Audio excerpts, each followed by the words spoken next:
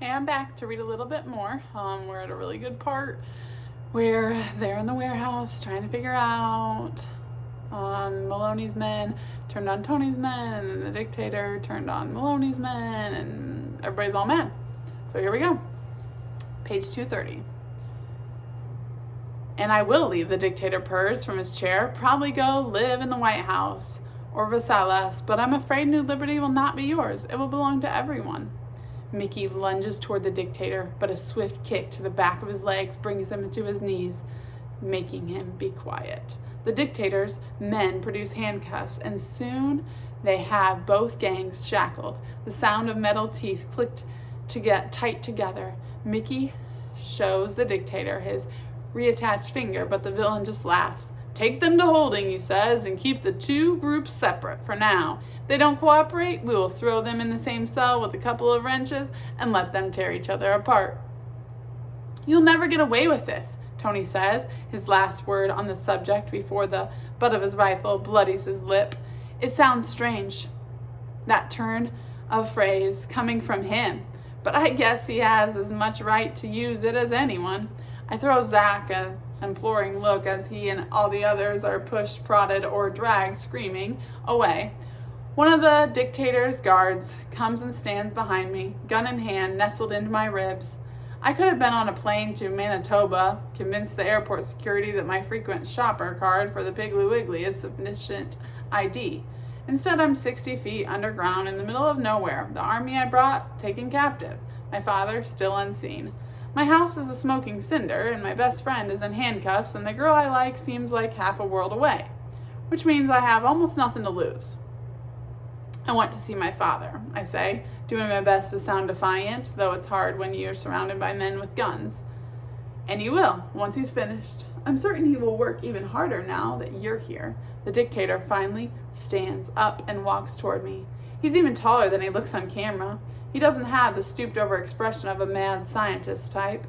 It's pretty clear he works out. He looks at me sideways, then reaches out and strokes my cheek with one gloved finger, and I jerk back. What a waste. Someone with your gift. Your father was an idiot. My father is a genius, I spit. Then we must not be thinking of the same guy. I pull away even farther, having him suddenly so close to me, that mask in those eyes, the man just exudes creepiness. Guys like him, they're the reason kids can only play in their own backyards anymore. So what now, I say? Are you going to kill me? The dictator steps back and starts to laugh, a shrill, hollow shriek that echoes in the cavernous room. Kill you? Oh, heavens, no, Michael. I need you. You're the last piece of the puzzle. Needs me? What is he talking about? He needs my father and whatever he's building. He needs his hollow-faced goons. He needs his huge underground liar and his cache of pirated weapons and his stash of stolen cash. He's got everything a supervillain could ever want. What does he need me for? But we have a few more hours still, so for now, he snaps his fingers again, and I feel the henchman behind me move, but I'm not quick enough to do anything about it. The pain in my back of my skull is sharp and sudden. I feel every muscle give way as the lights blink out. They just knocked him out for a little bit. What do you think he needs Michael for? I wake up to a herd of elephants stampeding behind my eyes, threatening to bust right through my corneas. My stomach rebounds off of my rib cage. There is throbbing in the back of my head, coursing down my neck, all the way down my spine, to my very sore behind. I take a deep breath and I try to focus. I'm sitting in a chair, still, of course, in the same room as before, the huge one with the screens and the spider web of corridors, the getaway vans and the barn-turned elevator. Most of the lights are off. Only the one directly above me shines down. Thick leather straps bind my wrist to the armrest, leaving just enough room to waggle my fingers. My feet are duct taped to the chair's legs. A rope is wound 3 times around my waist. I am anchored in place. And all I can think of is, they've got the wrong guy. After all, this is the kind of mess superheroes always find themselves in. Except if I was a superhero, this would be nothing. I would tear through these ropes like licorice. I strain once, just to be sure, but only succeed in hurting my wrist. I close my eyes again and wait for the elephants to settle down. Could be worse, I think. At least you are still alive. Just slow down and concentrate on getting free of these straps somehow. Then you can find your father and get the heck out of here. I open my eyes again. Boo! Every muscle jerks. The whole chair nearly topples over. I'm sure my heart is about to bust. The metal face that was pressed right against my face retreats a bit. Sorry, did I scare you, it says? It's the mask, I know. Kind of the whole point, really. Fear breeds compliance. Plus, it helps if you all look alike. Never know who's the real me. But you do, don't you? The man reaches up with his gloved hand and removes his mask, revealing his face. I've seen this face before. You, I whisper. The dictator smiles and bows. His gray eyes flash.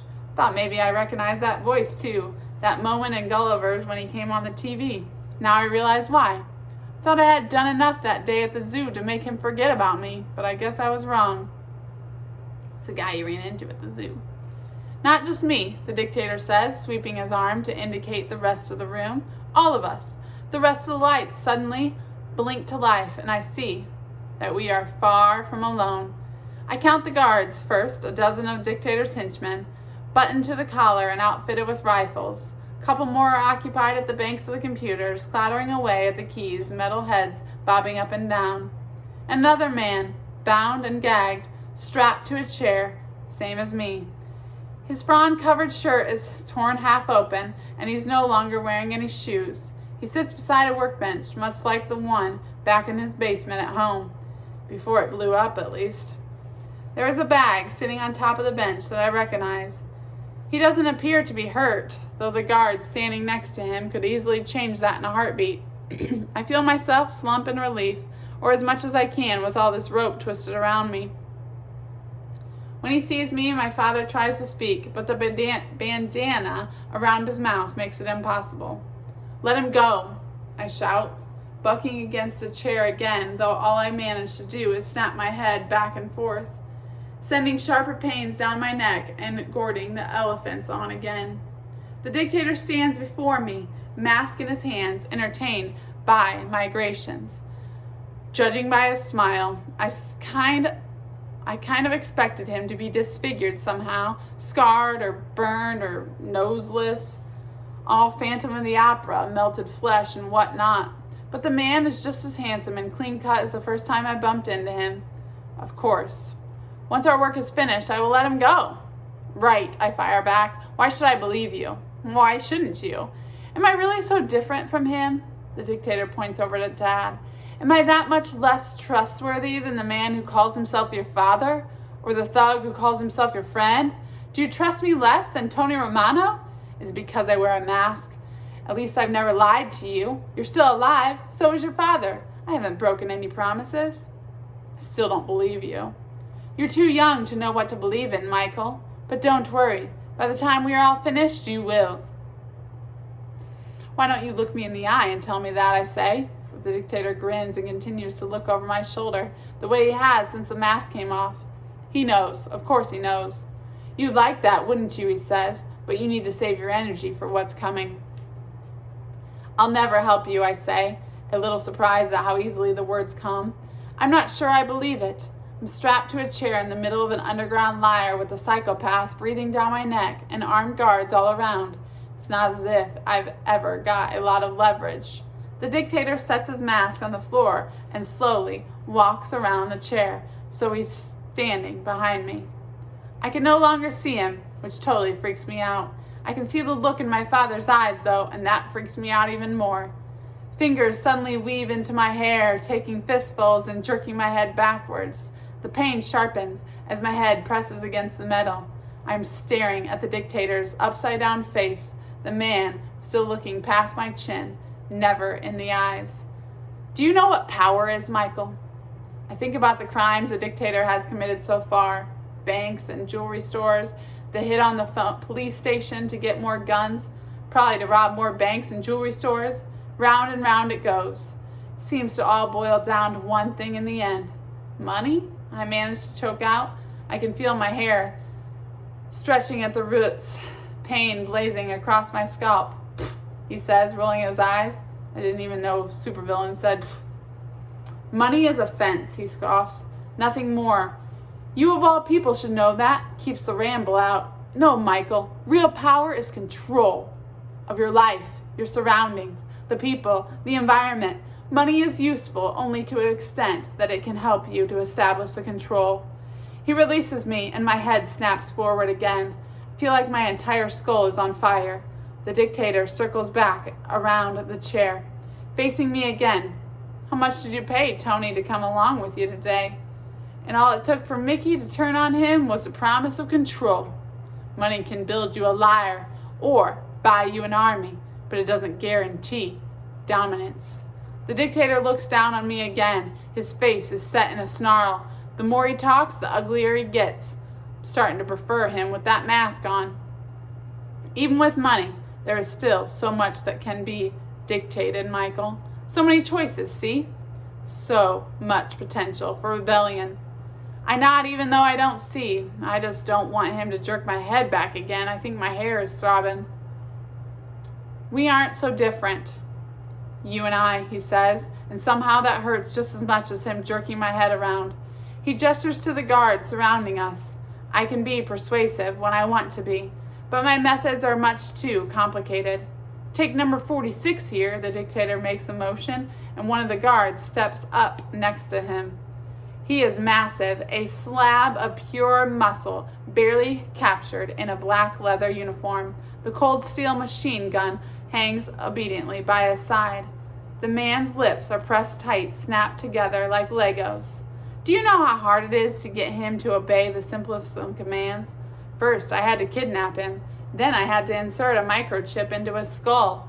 That connected him to my mind control device, which cost millions of dollars, by the way. That and requires constant maintenance. Then there's the hours upon hours of programming, brainwashing, memory reconstruction. I could go on, but you get the idea. It's exhausting, and I had to do it for each one of them, one by one. He pushes a finger into the henchman's chest with each word, one by one. Number 46 doesn't budge an inch. But you make it so simple. Just a few magic words and voila! Your wish is our command. It's not that easy, I croak. Though if I could ever get this maniac to look me in the eyes, I'd certainly give it a try. But he obviously knows more about me than I do about him. Don't try to fool me. I know what you're capable of. I look over at Dad. Dad, who yelled at me for telling Zach about my power? Did he tell the dictator about me before or after he was captured? Did they beat it out of him? Was that part of the payment? The dictator follows my gaze and shakes his head. Don't blame your father for everything, he says. Dad lets his head drop. He's only bound to his chair by his wrists, but the man standing next to me is incentive enough to keep him still. My father's not a fighter. At least I can say I've shot someone, a real toe killer. Still, if he could somehow get free, wrestle the gun away from the guard. The thought of my dad as an action hero almost makes me laugh. You see, the dictator continues, there is nothing extraordinary about me. Yes, I have a genius IQ, a burning passion and a vision for a better world, but I don't have your gift. My father wasn't a telepath.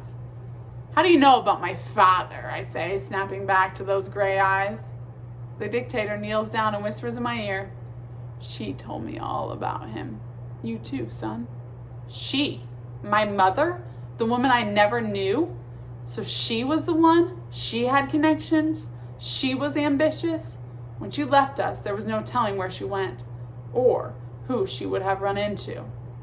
People like us, the dictator explains, our circles overlap. Your mother had a history. Didn't take much to get it out her to share it. What did you do to her? I asked, suddenly imagining the worst. The dictator throws up his arms, pleading innocence. I didn't do anything. I let her follow me for a while and then set her loose. Though at the rate she was going, I don't think she was bound to last much longer. Your mother was misguided, Michael. A lost and wandering soul. She didn't recognize the value of what she had in your father, what she had in you, but I do. In you, I see a whole new world. The dictator smiles, revealing a row of polished ivory, too white teeth to be real. Then he bends down to retrieve his mask, his loyal guard standing beside him. This is my chance, I hiss to get number 46's attention. He looks me in the eyes just for a second, but that's all I need. Stop him, I command, making the demand before I'm even sure I've got his fully under my control. Shoot him! Free yourself! It's a desperate move, I know, but I can't be sure, but I think maybe I see something change in the henchman's face. A shift in the eyes or a twitch in the mouth. The hand that is holding the rifle trembles. Fingers clench. He turns to the dictators just as the man is standing up, his silver mask back in his hand. The brainwashed soldier actually starts to raise his gun. Number 46, the dictator shouts. The behemoth instantly lowers his rifle and snaps back to attention, eyes fixed back on the wall behind me. I feel all the air go out of the room. Number 46, shame on you, the dictator chastised. You were going to shoot me, weren't you? No, sir, the guard barks. The dictator clicks his tongue. Oh, I think you were.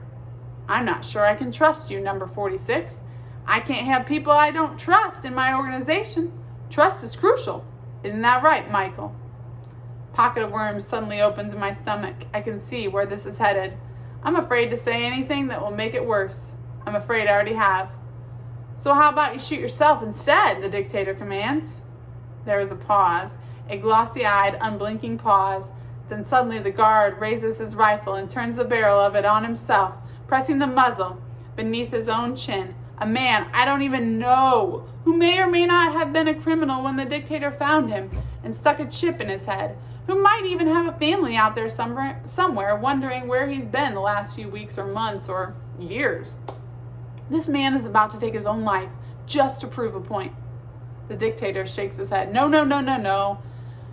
Through the heart, please, number 46. I don't want you to ruin the hardware implanted in your skull. It's terribly expensive, and I can always reprogram it for another. The barrel of the gun slips down into it is pointed to the man's chest. The dictator nods appreciatively as number 46 reaches for the trigger. No, don't, I shout. The dictator raises a hand and the guard stops. I stare at them both in disbelief. Tell him to put the gun down, please. Another motion from the dictator, and number 46 shoulders his weapon, snapping back to attention. The dictator turns back to me, smiling smug. You're a monster, I whisper. You would have just shot one of your own guards. Of course not, the dictator says. I would have made one of my own guards shoot himself. He turns back to the henchman and points to one of the halls beside him. Report to number 7 for reprogramming, he orders. The guard salutes briskly and then marches off toward one of the open doors without giving us so much as a second glance. The dictator watches him go and then takes a step closer to me, bending over so I can smell his breath. Wintergreen. Now that is power, he whispers. He nods his head towards my father, still bound and gagged no more than 30 feet from me, the only one in the room who will look me in the eyes. And I realize that he has me. Then I'm completely trapped. If it was just me, I could resist. Maybe. I would try at least. But he has me because he has both of us. And whatever he needs me to do, I will do it for the both of us. The dictator tucks his mask under his arm and checks his watch. His hair is a little mused and he smooths it with one swipe. 20 minutes, he says. Time to show you what your dad's been working on so hard on. I look down at my shoes. Looks like my luck is about to run out. Chapter 9, lights, camera, and a whole lot of action. I'm going to stop there.